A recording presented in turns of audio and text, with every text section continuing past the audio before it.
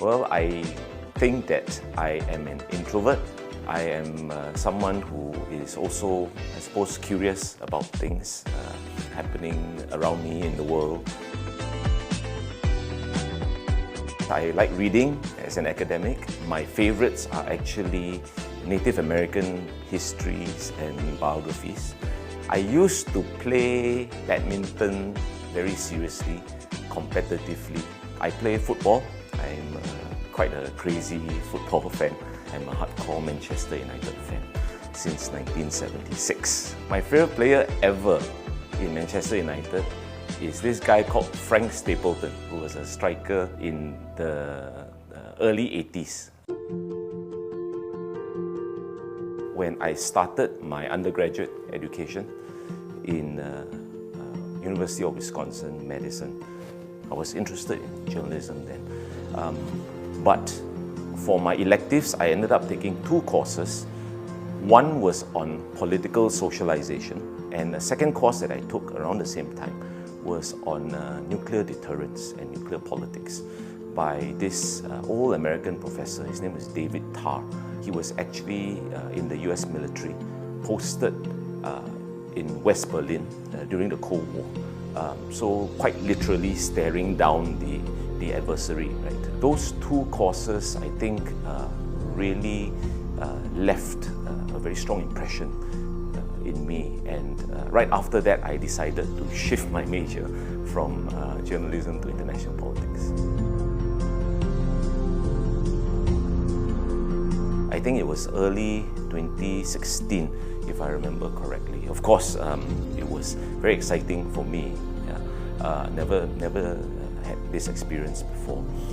It was with the House Committee on Homeland Security, and this was that period where the fight against ISIS in Syria and Iraq was really sort of at its peak, I suppose.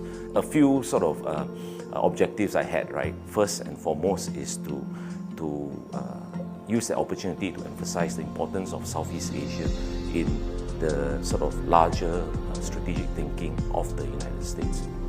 Second is to highlight the fact that at that time, indeed, terrorism was a security threat to some countries in the region, but and thirdly, to draw out the nuances of that, because it's not a case where it was so straightforward, right? I picked up Malay from school time because I was very active playing football. So you end up being in the team, shouting, talking tactics in Malay. When I first started at IDSS, Institute of Defence and Strategic Studies, and S.R. Nathan was the director then, he hired me. He asked me what my interests were. I said Indonesia and Malaysia. Then he asked me, can you speak Malay? Can you read the Utusan Malaysia? I said, at that point I probably couldn't read. And he said, okay, we need to fix that. And so he made me pack up, get on a plane, spend 3 to 4 months in Malaysia to study intensive Malay. So it was like 8 to 10 hours a day, 5 days a week for 3.5, 4 months. Arabic is just out of interest because I was working on Muslim movements and political parties in Malaysia, in Indonesia. Well, first and foremost, I'm very honored to be invited to take on this fellowship named after him. I had the great privilege of working for him, I think 2 years before he went to the Istana. He's a very tough boss, very high expectations and all that. But I was a young researcher, just fresh out of university, first degree holder.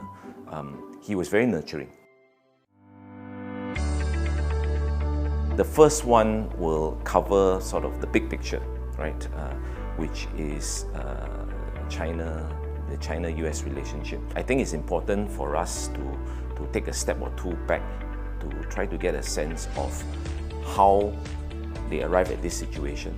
we keep talking about choice, and it's a bit tiresome really.